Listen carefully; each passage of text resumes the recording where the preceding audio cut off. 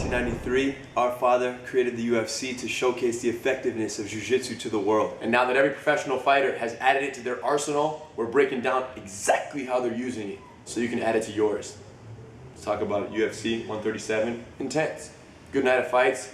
War between Nick Diaz and Penn. We'll break that down in a second, but first, let's talk about the big country side control that everyone was wondering about, okay? I said, what do you guys think was breakdown worthy? I asked some of my friends, what do you think is breakdown worthy?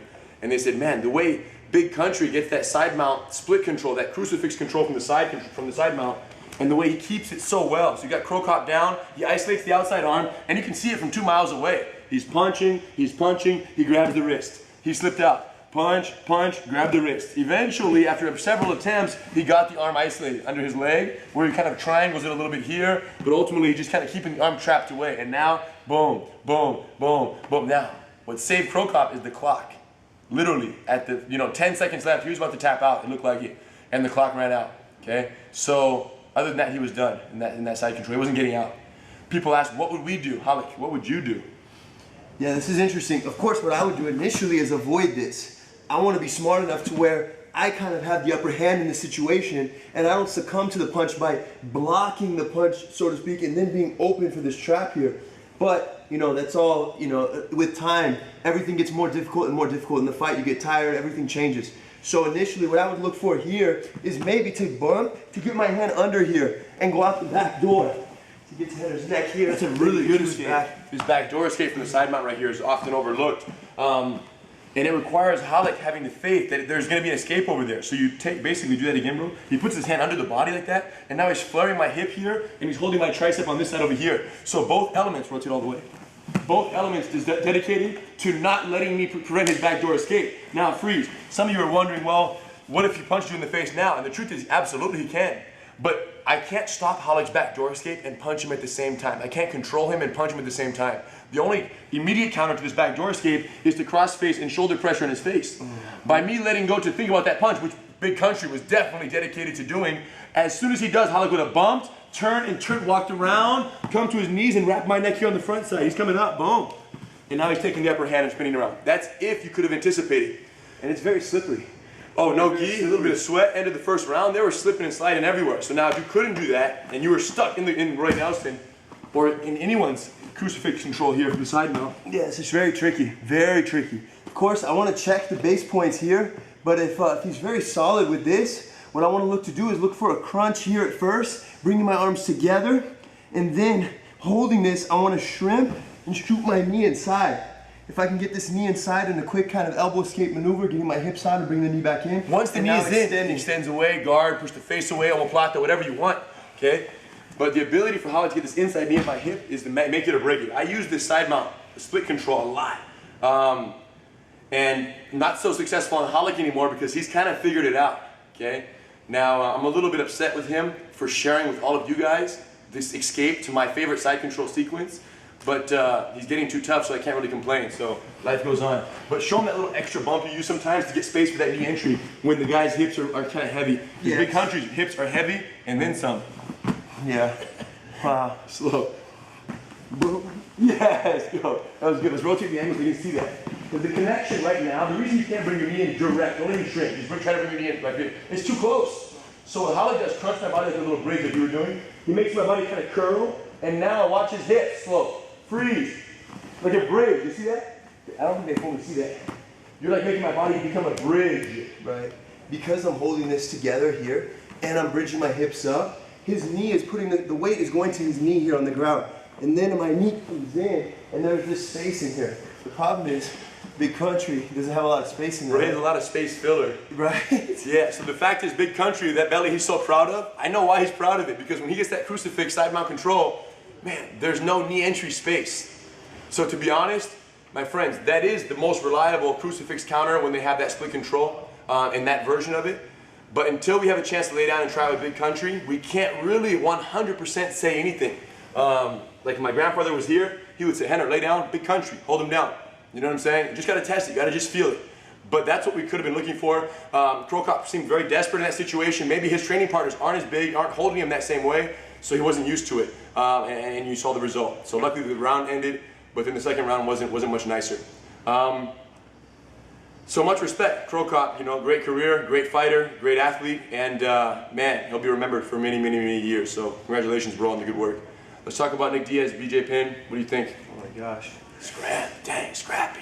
Yeah. And they were friends too, you know, but he got emotional in there. But then after it was all good again, so.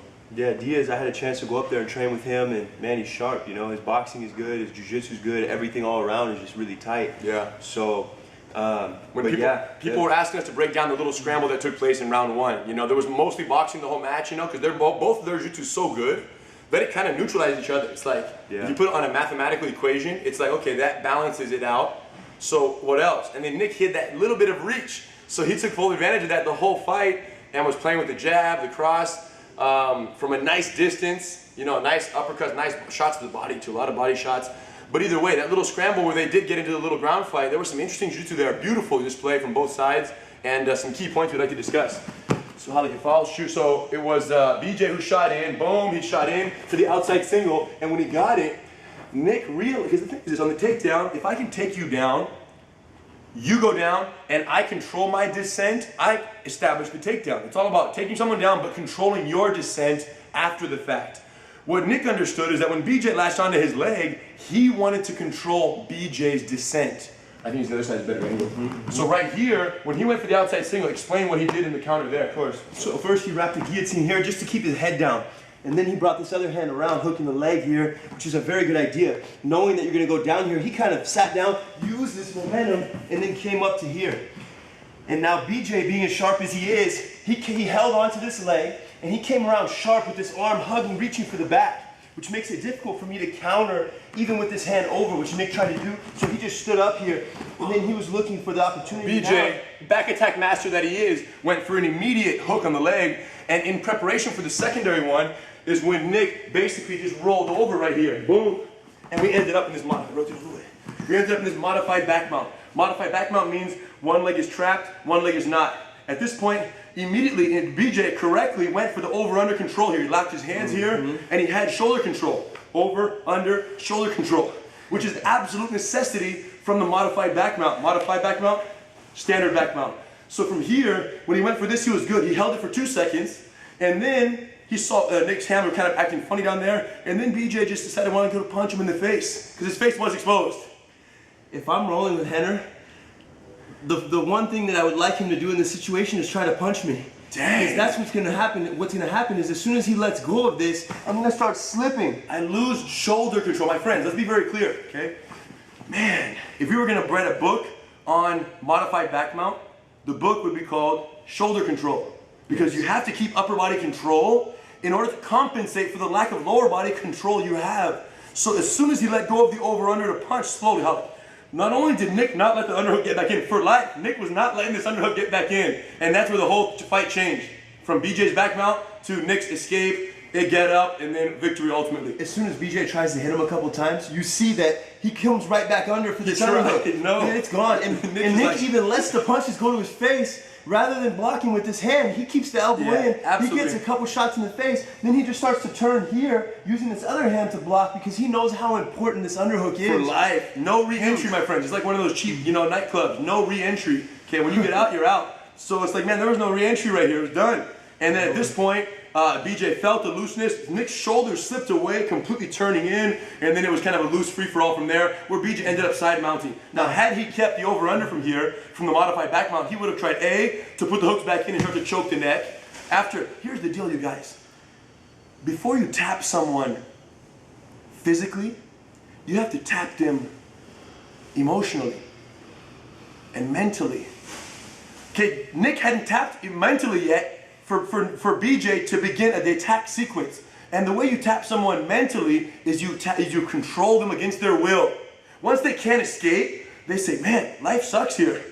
And that's them tapping out mentally. And then you start to advance for the twister, which was an opportunity from here, as you saw from the previous breakdown video from a couple months ago. Putting it behind the neck and going. All of that would have been possible if you first would have tapped him out in his mind by controlling him against his will. Okay, you could have came a little lower, triangled the leg right here, opened this up, and went for the calf slicer right here. Okay, many legitimate options, none of which would have worked if Nick was all riled up. I don't think anything would have worked on Nick anyways. Damn, respect. But there was one detail here, which is as the leg, initially, Nick respected more than the underhook here. Yes. He respected the second hook getting in. No way. He was very live with this elbow-knee connection. He was so low. That's why BJ thought he was going to go boom, boom. Of course. Yes. Because BJ was so much more concerned with the hook entry than the control of the shoulders. So what do you guys learn from all this? A lot. My friends, That was deep. That was very tap them in condensed. here before you tap them out here. Don't be in a hurry. Dang. Talk about amazing careers. BJ, One of the greatest. dang. It would have made sense if you had one more J in your initials, you know? BJ. Because you represent it on a different level, my friend.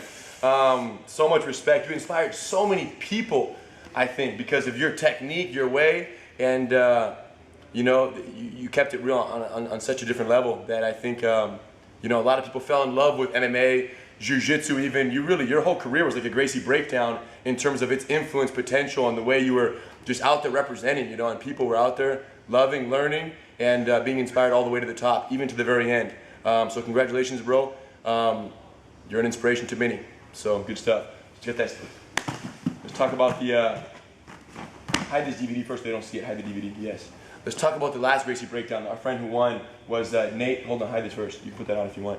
Nate 8336 was the winner of the last Gracie breakdown, in which we gave away 2 pairs of the Fight Simulations Gracie sparring gloves, 5.5 ounce finger gloves. 2 pairs of those for Nate and his buddy to train Gracie Jiu-Jitsu with the gloves on. We asked him what they thought the benefits were of training Jiu-Jitsu grappling, even having these little gloves on and reaching for each other's faces. What do you think? Oh my gosh. Besides, okay, so you're keeping it real on a different level because you can always know the distances because so many techniques have... Well, I think jiu-jitsu for us was always to be able to be applied in a fight. Right. So exactly how you could apply your jiu-jitsu with the idea of somebody throwing light punches. Right. It just is a whole different level, keeping it real. Yes. And it can be done very often. On both sides too, and there are certain times during the grappling situation where you can use strikes not as a means of victory. We're not big proponents of that for 2 reasons. Number one, you break your hand if you punch someone's skull in relentlessly Unless on the you street. have MMA gloves on in the street. Correct. Yeah, unless you wear them everywhere. The other reason why we don't use it as a means of victory is because it relies on a degree of power. You know, if you're fighting someone who's 70 pounds, 80 pounds, 100 pounds heavier than you, and you're punching with your fist and you weigh 150, 60 pounds, you're not going to do as much damage as you could with an arm lock, let's say, or a choke. So the strikes are used as a means of distraction and opportunity creation, more so than a means of victory. Now, if you're fighting same weight class, you know, and you're both, you know, super, you know, athletic and capable warriors like you see in the MMA, then it makes sense to, you know, use that if you have that and there's a time in your whole situation. But long story short, gloves for my friend, congratulations, train with them, don't hurt each other, put the gloves on. Like he don't said, don't forget your mouthpieces. Always have to have mouthpieces anytime striking is part of it, even the very light strikes, because an occasional punch in the chin can do more damage than you think. The next Gracie giveaway. Today is the release date of the Blue Belt Stripe 1 Master Cycle DVD that we've been talking about. We promoted it in the last Gracie breakdown. Let me see the DVD. We want to give away one of these for free. Okay? Master Cycle, 160 techniques demonstrated. Okay? All 6 Blue Belt Stripe 1 qualification drills that you must master and demonstrate for Blue Belt Stripe 1 promotion within Gracie Academy and Gracie University all over the world.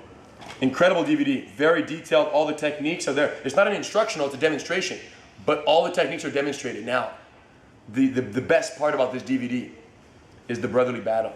We included on here. A lot of people say, man, we want to see the brothers spar, we want to see the brothers fight each other. Well, Hiron, older brother who's not here right now, he's actually in New Zealand? Mm-hmm. Negative, Atlanta.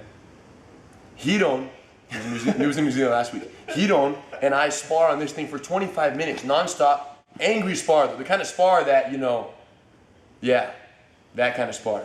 Angry spar for 25 minutes, and we narrate it. Hiron narrates it, I narrate it, and you can choose which narration you want to listen to during the spar. Henner's point of view, Hiron's point of view, and man, it's pretty intense. He was on his offense, and I was able to stay in control. Me on stomach, oh, this is magical, my friends. That was probably the most disappointing moment of the whole thing. I really was about to go for the kill right there. And look at the foot, look at the miss. I misses on his knee armpit. You have an armpit in your knee. I missed that armpit in the knee, and off we went. So I just desperately dive onto the toe hold of the other foot since I missed the knee lock attempt, And now that I can't get the toe hold, the reason I can't get the toe hold now is because I don't have control of his other leg in between my legs. I have nothing. So he can easily spin or turn out whenever he wants. Now I'm holding onto his foot just desperately to hopefully go from the bottom to the top right here by controlling his legs. So see me get my grips right there. And I'm going to see if I can push out and get up. But the problem is he don't has inside leg positioning. His legs are inside of mine. Therefore, he has get up advantage. Okay, look, he's going to get up to his knees before I get up to mine. Even when I watched, I'm like, dang. Feeling sorry for me in the video, you know? It's tough. It's tough. You guys really went for it? 25 minutes. You know how we do it sometimes. I do it with Holly sometimes too, you know? But, Wait, but it was the real? No, the real. Wow. I'll fully narrate it from both angles. Yeah, that's You want to see it? Yeah, of course. I might hook you up. Enter to win, please. I mean, I felt it already, but I'd like to see it third person. It's very interesting, and I learned a lot from just watching my own self spar from the outside. I learned so much, it was crazy. So the full breakdown is there, 25-minute, we call it Brotherly Battle. It's in the DVD, it's going for free, along with Halik's hat. Show him the back of the hat, please. Gracie Jiu-Jitsu on the back, and puff embroidery triangle on the front. So you keep it real no matter where you go from all angles, that's the beauty. But it still is pretty, like, it's still pretty if someone doesn't know, they don't know, but they kind of get an idea, Yes. like, wow, there's something there, like, Yes. what is this? It's kind of like... It's kind of like undercover representation, but it's still pretty real. Yes, absolutely. My friends, to win this, you know what you have to do. Subscribe to the Gracie Breakdown channel, favorite this video, and leave a comment in response to the question of the day. Nick Diaz or GSP? Let us know. Keep it real.